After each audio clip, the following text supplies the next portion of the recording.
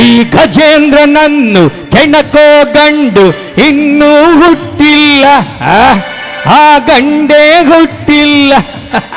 ನಾ ಇಟ್ಟರೆ ಶಾಪ ಕೊಟ್ಟರೆ ವರ ಮಾತು ಮೀರಲ್ಲ, ನಾ ಯಾರನ್ನು ಉಳಿಸಲ್ಲ.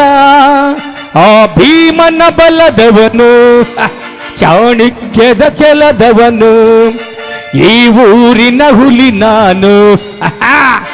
ಹಾವಿನ ದ್ವೇಷ 12 ವರುಷ, ಹಾವಿನ ದ್ವೇಷ 12 ವರುಷ, ನನ್ನ ರೋಷ 100 ವರುಷ, ಹಾವಿನ ದ್ವೇಷ 12 ವರುಷ.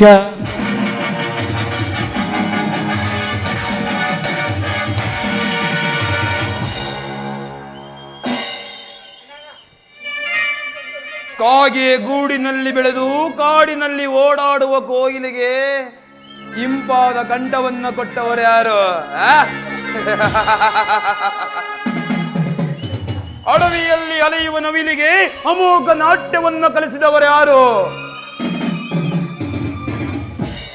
ಬೆಟ್ಟದ ಮೇಲೆ ಕಲ್ಲಿನ ಪಟ್ಟರೆಯಲ್ಲಿ ಬೆಳೆಯುವ ಗಿಡ ಮರಗಳಿಗೆ ನೀರೆರಿಸಿ ಪೋಷಿಸಿದವರು ಯಾರು?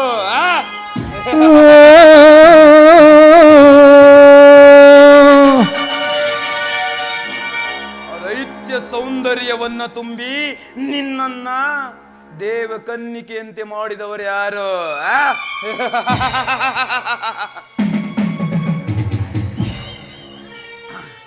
ತಾಯಿಯ ಗರ್ಭದಲ್ಲಿ ಬೆಳೆಯುವ ಕಂದಮ್ಮಗಳಿಗೆ ಅನ್ನ ನೀರು ಕೊಟ್ಟು ಸಲುವಿದವರು ಯಾರು?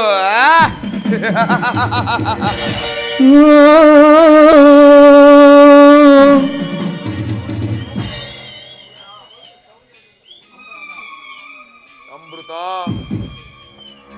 ಅಂಬರದ ಅಪ್ಸರೆಯಂತಿರೋ ಆ ನಿನ್ನ ಸೌಂದರ್ಯವನ್ನು ನೋಡ್ತಾ ಇದ್ರೆ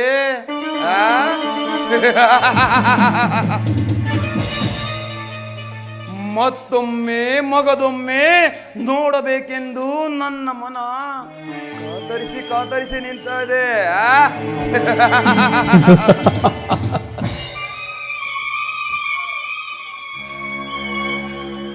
ಅಮೃತ, ಈ ಮನಕ್ಕೆ ನೆಮ್ಮದಿ ಸಿಗ್ಬೇಕಾದ್ರೆ ನಮ್ಮಿಬ್ಬರ ಮಧ್ಯ ಸೌಮ್ಯತೆಯಿಂದ ಸಮ್ಮಿಲನ ನಡೆಯಲೇಬೇಕು. ಆ ಸಮ್ಮಿಲನಕ್ಕೆ ಒಂದು ಮುಹೂರ್ತ ಫಿಕ್ಸ್ ಮಾಡಿಲ್ಲ ಅಂದ್ರೆ ನಾನು ಗಜಕೇಸರಿ ರಸಿಕರ ರಾಜ ಗಜೇಂದ್ರನೇ.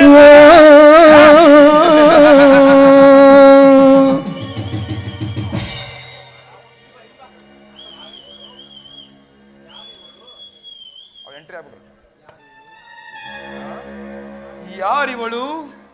ಕೋಗಿಲೆಯಂತೆ ಆಡುತ್ತಾ ನವಿಲಿನಂತೆ ನರ್ತಿಸುತ್ತಾ ಜಿಂಕೆಯಂತೆ ಜಿಗಿಜಿಗಿದು ಬರುತ್ತಿರುವ ಆ ಅಪ್ಸರೆ ಯಾರಾಗಿರಬೇಕು?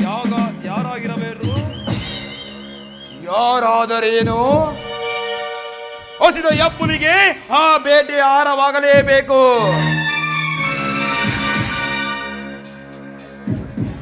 ಆ ಬೇಟೆ ಬರುವವರೆಗೂ ನಾನು ಈ ಗಿಡದ ಮರೆಯಲ್ಲಿ ಕಾದು ಕುಳಿತಿರುವೆನು.